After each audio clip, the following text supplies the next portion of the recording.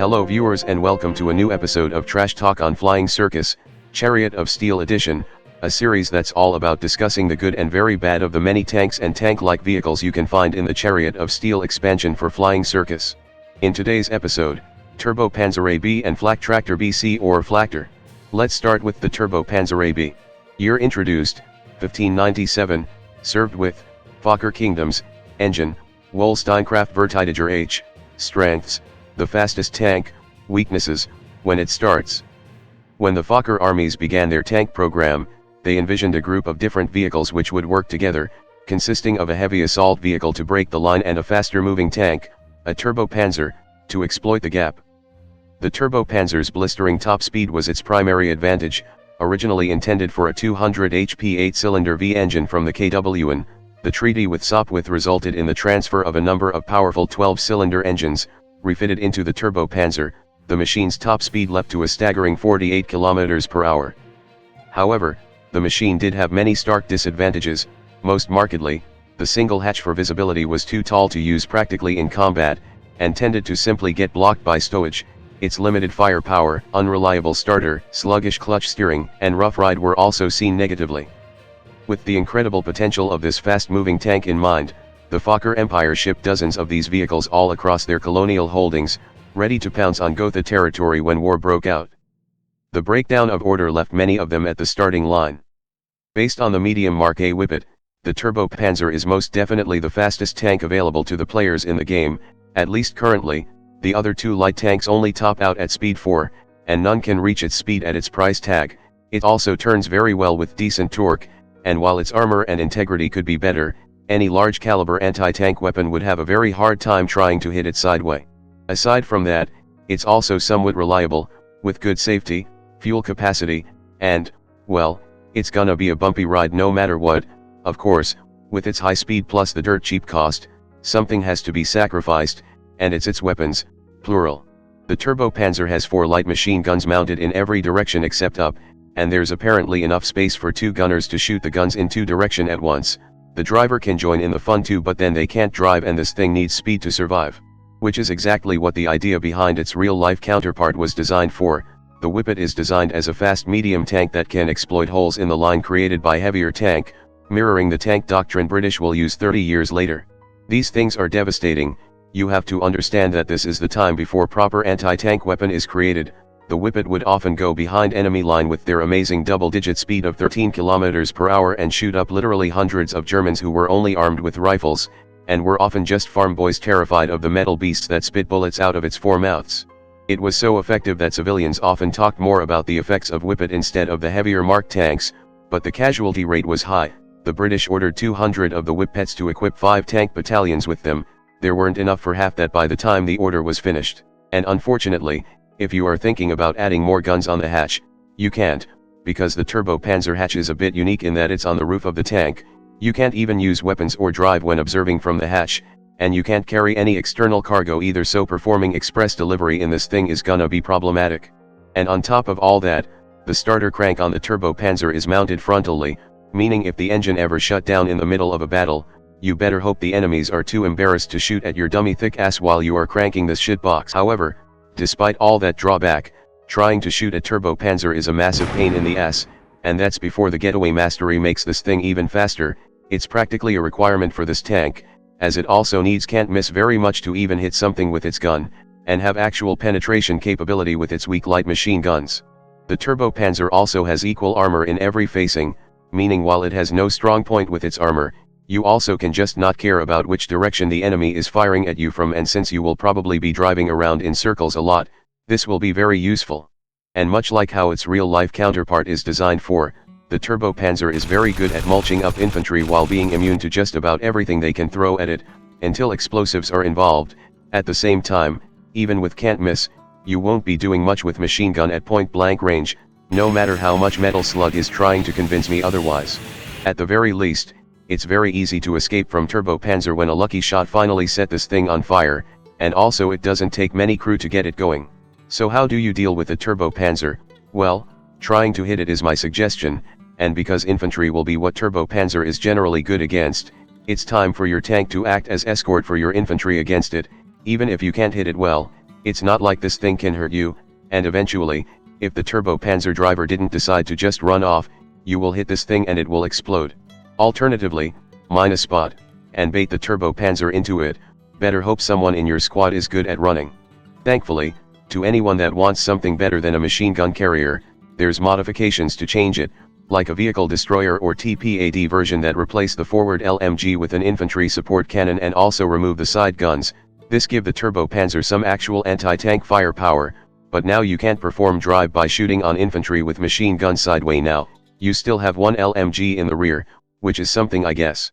There's also the Sturmpanzer or TPAF variant, which replaces the engine with an electric motor and replace the tracks with rubber ones, which slow the tank down and give it less torque. However, the driver now has access to engine directly, and can just turn it on and off immediately. The tank can also now conceal itself even with a running engine, meaning this thing can now sneak behind enemy line and shoot up infantry from behind. However, as it now has electric engine, you can't just fuel it up normally with gasoline, and requires a specialized generator to recharge it, which can be a pain to manage logistically. Now, let's move on to the Flaktraktor BC or Flaktor. Year introduced, 1596, served with, Fokker Kingdoms, engine, NMB Arbiter 17, strengths, AAA guns, weaknesses, open-topped. The original Fokker tank plan called for mobile anti-aircraft guns to accompany the vehicles forward as deterrent against attack planes.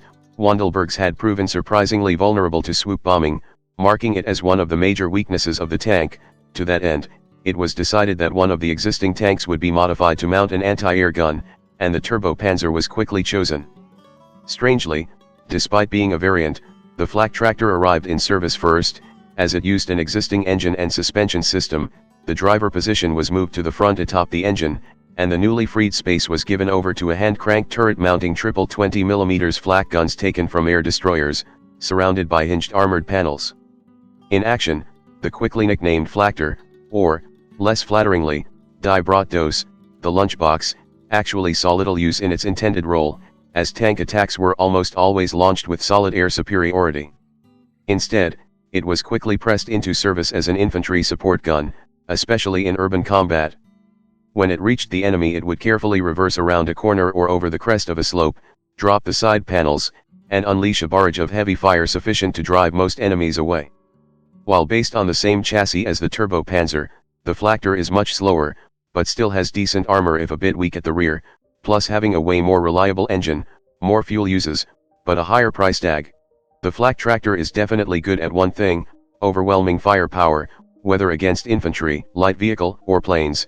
Triple coaxial repeating cannon that can potentially deal up to 90 damage with high explosive shells is an insane amount of damage, especially with a loader to keep it fed, and a rangefinder to reduce the effect of awkward tag against plane, and against lightly armored vehicles. This weapon array can fire an insane amount of AP3 rounds towards them. However, there's multiple problems with its gun. The triple gun turret can only be aimed in every direction except forward, while the vehicle does have a frontal LMG for defense. In essence, you need to turn this thing around to shoot at things, and it doesn't have a lot of rear armor to begin with. Second, the protective panels have to be dropped down for the crew to even fire the gun, meaning when the crew is protected by the barely adequate armor, they can't shoot, and if the panels are down, you better hope whatever you are firing at is too dead to fire back, because the crew would be fully exposed and can be targeted directly. Also, the panels don't even fully work, as the top are uncovered, meaning a gunfire from rooftop or grenades will get in anyway. That said, despite these drawbacks, it's still an insane amount of firepower, and dropping the panels is instant, so the gun crew can almost always fire first before their target does, and the Flaktraktor is still the best thing to get if you expect airplane attacks and want them to drop like flies, which, considering this is Himmelgard, will almost certainly be the case. So how do you deal with a Flaktraktor? If you have a tank, and I mean a proper tank with at least 3 armor in one facing, you won't have much trouble against a Flaktraktor. It's everything else that has to be wary about it. Infantry cannot fight a Flaktraktor head-on, though maybe going head-on with it is the best case since a LMG is barely anything, but if you manage to sneak close to one, a grenade or 2 or a dozen can nullify the gun crew very quickly, and if you have actual anti-tank weapons, even better, as you can now deal with it from longer range.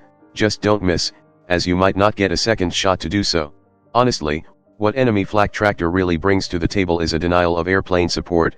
If you have NPC or player aircraft as support while the enemy has Flaktraktor, You don't have aircraft support, it could easily be a primary objective in a mission to bring down enemy Flaktraktor so allied airplane can move in and bomb the hell out the enemy base. They are exactly that lethal against aircraft.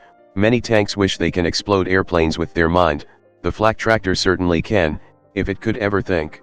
As for its modifications, there's a heavy Flaktraktor variant that replaces the guns with pom-pom gun. This exchange armor-piercing capability unless you spent money on specialty shells for an even more devastating HE burst as well as free fused shells, which are timed air-bursting shells. The repeating cannons have it too, but it only works at close range and cost a lot of money, whereas the pom-pom gun version can work all the way to long range, making this thing very capable of cutting down aircrafts long before they can fire back. There's also urban combat mod with less speed, more rear armor, and replaces the repeating cannon array with either a forward-mounted combat mortar to bombard the heck out of people, 2 coaxial recoilless cannon to blast tanks to Kingdom Come, or a field cannon that unfortunately can only aim directly behind, but will definitely turn most things to scraps in one shot. Finally, there's the APC, Prime Mover, or Ambulance Field mod, which replaces the repeating cannons and gun crew with spaces for 8 exposed crews or 4 stretchers, protected by the panels, good to carry a squad around. All these variants are also cheaper than the base variant. And that's basically it on these two tanks, the Turbopanzer AB with turbo speed and not much else, and Flaktraktor BC with a terrifying amount of anti-most things firepower, and not much else. Anyway, that's all for now, and I will see you all next time. Hello there, if you like this video, please subscribe and click that notification bell button. If you want to see the videos early as well as further support my channel, you can join in my Patreon page, or buy me some coffee, links in the description. Anyway, have a nice day.